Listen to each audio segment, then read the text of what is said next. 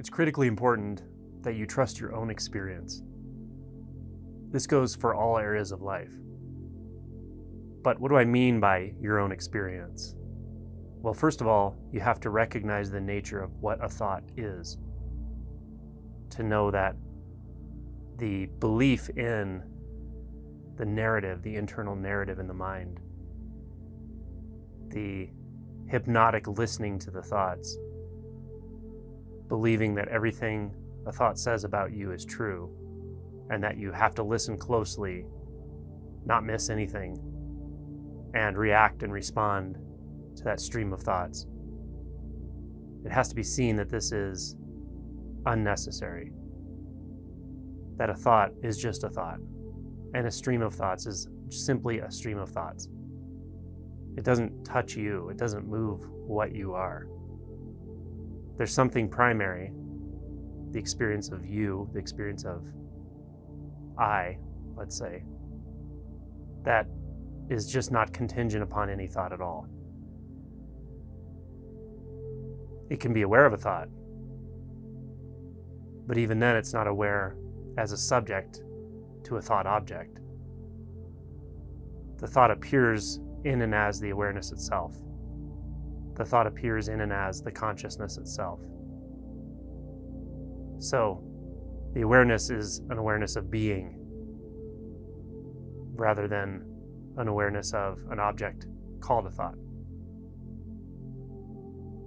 So that's really the first two steps there. One is we have to disidentify from thought, meaning see that the internal narrative doesn't actually represent anything but a reflection of itself. Thoughts reflecting thoughts, reflecting thoughts. That's the house of mirrors of mind identification that feels so uncomfortable. So once we recognize that, we're able to disidentify to some degree from thoughts. Then we have the opportunity to collapse the experience of a subject and object inside of consciousness. This means that a thought is not separate from what you are, and what you are is not separate from thought. And what you are is not separate from consciousness. And consciousness and the sense of I and the sense of a thought moving, stirring, dissolving is all the same soup, the same substance. Now, the risk here is that what I'm saying will be understood by your mind, will just become part of the narrative. That's not what I'm pointing to. It's a much more fundamental knowing that there really is no narrative that defines anything. There's only movement of thought. And overlooking the sense that we are the thinker, the sense that we're the thinker, not that we are. But overlooking that sense, then we have an ongoing reaction to thoughts. We have an ongoing reaction to our internal world, where we're relating, struggling, pushing, pulling. That's mind identification. When that relationship, that struggle, that pushing and pulling stops, the moment it stops, there's a knowing, an immediate, obvious, undeniable knowing of the unity of this consciousness. Unity simply meaning there's nothing apart from it. No thought you've ever thought, no belief, no narrative, no image in the mind, whether it's pleasant or unpleasant, scary or blissful, it's all just made out of that same substance. Nothing to fear, nothing apart, nothing coming or going. That's to know self as consciousness.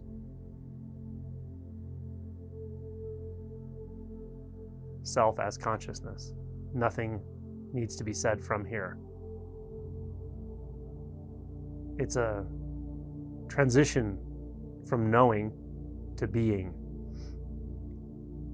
or a transition from thoughts, being the thinker, not even recognizing it, feeling like the thinker, not even recognizing it, because that thought stream just seems like the way the world is. It's a transition between that and pure knowingness. Knowingness that requires no object of knowing, that has no object of knowing. It knows only itself. It's an endless inward reflection and an endless outward reflection. You can't perceive anything that's not already just this consciousness. There is realization beyond perception, but it's very subtle. With that said, anything that can be perceived, thought of, understood, believed, doubted, all of that thought content, all of the movement of thought, the space in which that thought occurs, the sense of being a thinker, whether conscious or unconscious, all of it is seamlessly just this one substance of knowing, which is simultaneously the substance of being. Knowing and being here are seamless, but it's not informational knowing. It's not a knowledge base. It's not understanding. It's too settled to be an understanding. When we understand something, we feel happy because we didn't understand it before. This isn't of that nature. There's no way you can't know this. It's that clear, that pervasive, that undoubtable. So you can lead yourself here with questions like, what is here right now that's not a thought?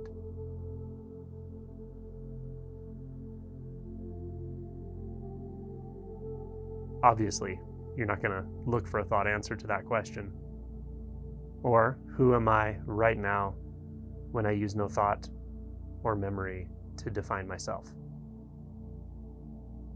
Or, can I just settle right in this moment into the sense of being without thinking? You only need one question. You don't have to find the perfect inquiry question, just find one that works for you. Find one that stops the mind. Find one that causes an immediate disengagement from the thought stream, including doubt. Doubt is the sneakiest thought in this process. Catches people all the time. If you believe doubt, if you really believe doubt, meaning you don't see it as a thought, it will bind you for years.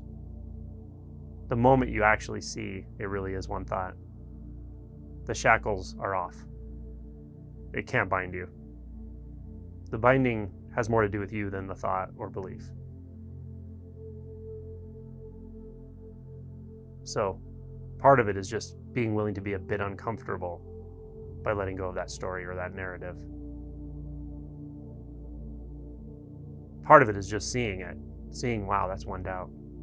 That's one thought. And I believed it. So what's here right now when I let go of all doubts? There's another question. What is the experience of being right now when I don't doubt anything and I don't affirm anything? When I don't assign qualities or characteristics to me? Does me disappear? Does I disappear? The sense of being, does it go away when we don't assign characteristics to it? Memories, doubts. Let all those thoughts drop now. Don't conclude anything about this. It's not about conclusions. Don't record.